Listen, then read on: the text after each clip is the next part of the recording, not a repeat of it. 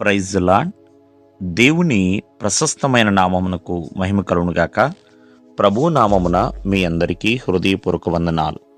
ఈ ఉదయకాలము దేవుని వాక్యాన్ని విందాం. రోమీలకు రాసిన పత్రిక 8వ అధ్యాయము 32వ వచనము. తన సొంత కుమారుణ్ణి అనుగ్రహించుటకు వెనుతీయక మన అందరి కొరకు ఆయనను అప్పగించినవాడు ఆయనతో పాటు సమస్తమును మనకెందుకు అనుగ్రహింపడు?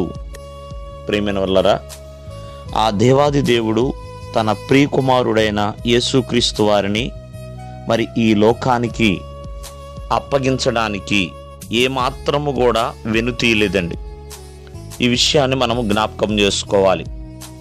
ఇక్కడ యేసుక్రీస్తు మనందరి కొరకు ఆయన అనుగ్రహించబడ్డాడు. ఎందుకంటే మనమందరము కూడా నిత్యజీవం పొందాలని ఆయనను అనుగ్రహించును అని దేవుని యొక్క వాక్యం సెలవిస్తుంది. ఆయన మనందరి కొరకు కూడా తన సొంత కుమారుణ్ణి ఇవ్వటానికి వెనుతీయలేదు. కాబట్టి ఇది ఒక గొప్ప బహుమానమే అని చెప్పడానికి ఏమాత్రం కూడా సందేహము లేదు.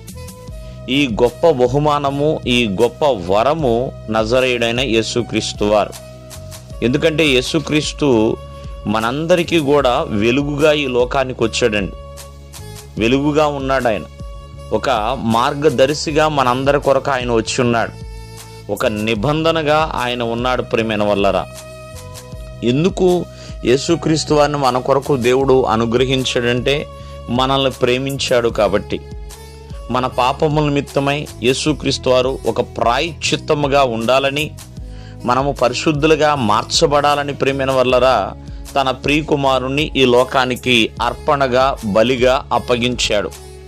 కాబట్టి యేసుక్రీస్తు వారు మనందరికీ గొప్ప బహుమానం. ఎందుకంటే మన కొరకు వెలుగుగా ఆయన వచ్చి ఉన్నాడు.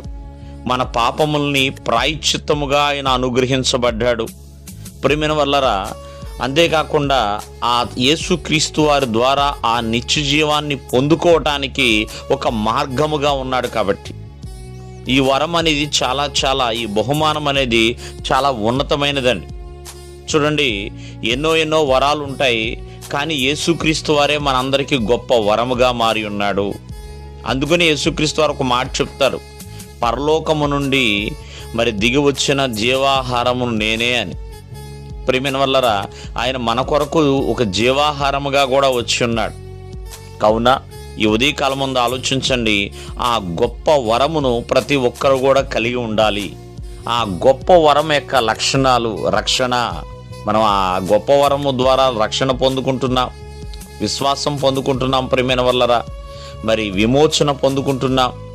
అన్నిటికంటే ప్రాముఖ్యంగా ఆ నిత్య జీవాన్ని కూడా పొందుకుంటాం. దేవుడు మిమ్మను ఆశీర్వదించునుగాక.